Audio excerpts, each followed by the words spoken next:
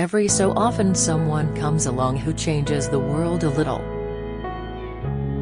Dame Deborah James, who died in June last year, was one of those people.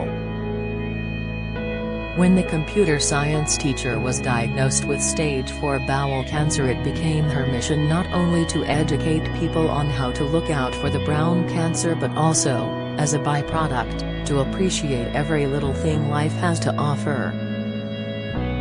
Now a film has been made about her life for the BBC, Deborah James, Bowel Babe in her own words, and it is one of the most heartbreaking and yet life-affirming things you will see this year. Deborah was someone who lived life to the full, grabbing it with both hands even as she knew time was slipping through her fingers. She would dance after chemotherapy, skip in the rain, post poop emojis, anything to get her message heard.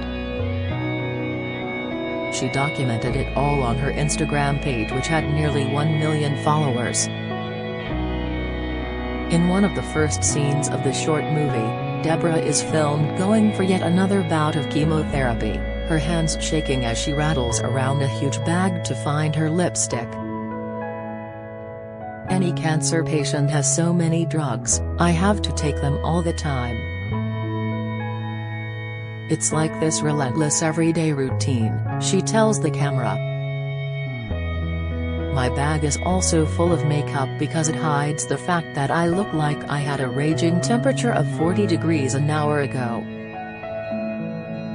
She already knew she didn't have long to live but was determined to share every last minute. Over the last 5 years I've campaigned, I've spoken about awareness, and I've shared my story for a reason, she says. The laughs, the giggles have been about showing you can live with cancer, but, ultimately, what I really want to happen is that I don't want any other Deborahs to go through this. Diagnosed with incurable bowel cancer in 2017, aged just 35, the mother of 2 became a media phenomenon. Through her books, blogs and podcast, You, Me and the Big C, Putting the Ken in Cancer, she inspired millions of people, including William, the Prince of Wales, who made her a dame just before she died, and last week helped spread the news her Bowel Babe Fund had raised an incredible £11. 3 million for Cancer Research UK. An incredible legacy which continues to impact so many, he wrote on Twitter. We couldn't be more proud of the work of the Bowel Babe Fund. The producer of You, Me and the Big C is Mike Holt. Deborah's message from beginning to end was letting people know about bowel cancer, he says. She would laugh at how it was not the cool cancer, it was the brown cancer, it was an embarrassment. And we know she had a massive impact in teaching people about it. Mike helped create the podcast in 2018 with Rachel Bland, along with Deborah and Lauren Mahan, 3 women in their 30s who all had cancer.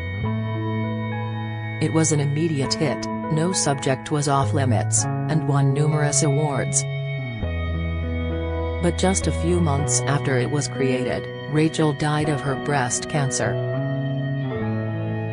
For all of these women, one of the things they wanted to do was help people, and that wasn't just through the podcast, says Mike, who has made a special edition of the podcast with Deborah's friends and family to accompany the film. We know that people did check themselves after she listed the symptoms. There are people who are alive today because of her. And I know so many people, strangers, who messaged Deborah on Instagram.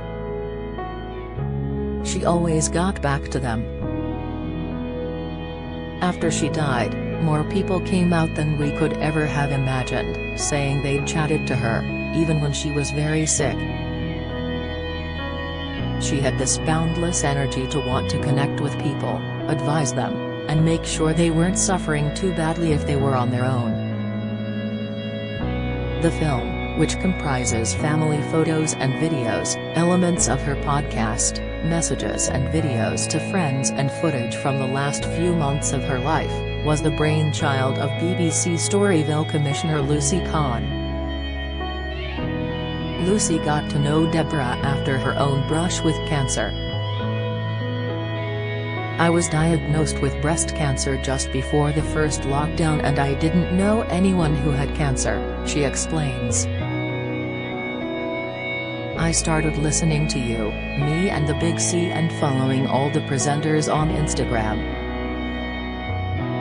I loved what she was doing, all the memories she was making for her kids, and most of all how fun she seemed. I was conscious of the fact that, while I was still having treatment, the pandemic meant treatment had stopped for some people, and I wanted to make a film about it for Panorama, which became Britain's cancer crisis." Lucy sent Deborah a message, inviting her to be in the film. Deborah agreed but stressed she didn't want to be portrayed as a victim. Instead, she was the reporter on the film. The two women became firm friends. "Deborah was a natural, and, even though we were making a film about people dying, it was a film with a lot of laughter," Lucy remembers. She kept saying, "Where you've got options, you've got hope," and that wasn't something I had realized before. "Before I met her, I was so scared I was struggling to sleep. But then you meet someone like her and you realize you need to live a little instead of sitting around worrying." That felt so powerful, and I think that is the message she gave to everyone around her. After the documentary aired, Deborah was keen to make a second one to demonstrate how science could be used to cure cancer, but at the same time she was becoming more and more unwell as she began to run out of options. In January 2022 she nearly died and did a series of podcasts from hospital when she thought she was dying, says Lucy. "I remember walking down the street, listening to them thinking, we need to turn it into a film. And that's what we started doing until she was too ill to finish it."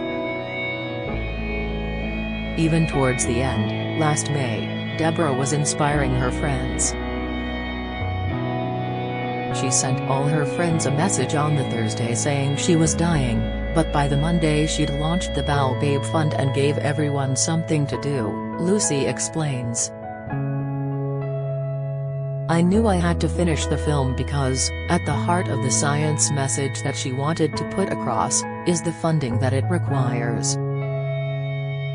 The last few scenes of the film are heartbreaking as Deborah is filmed making her final podcast with Mike, remembering her late fellow podcaster Rachel Bland and describing her feelings about her own imminent death. "I am amazed at how tired I am," she says. "I've had 5 years knowing this will happen to me and it's still shocking.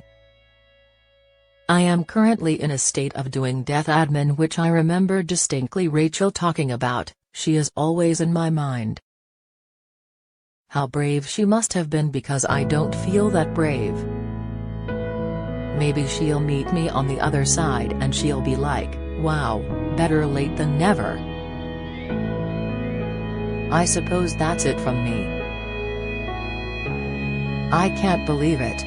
We'll see each other again, somewhere, somehow, dancing.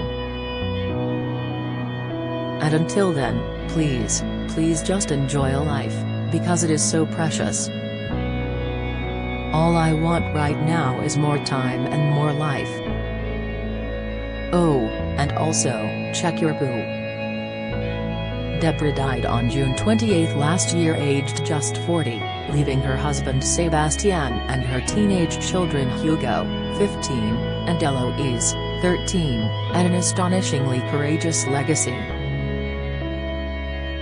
And, as the BBC documentary demonstrates, that legacy lives on today.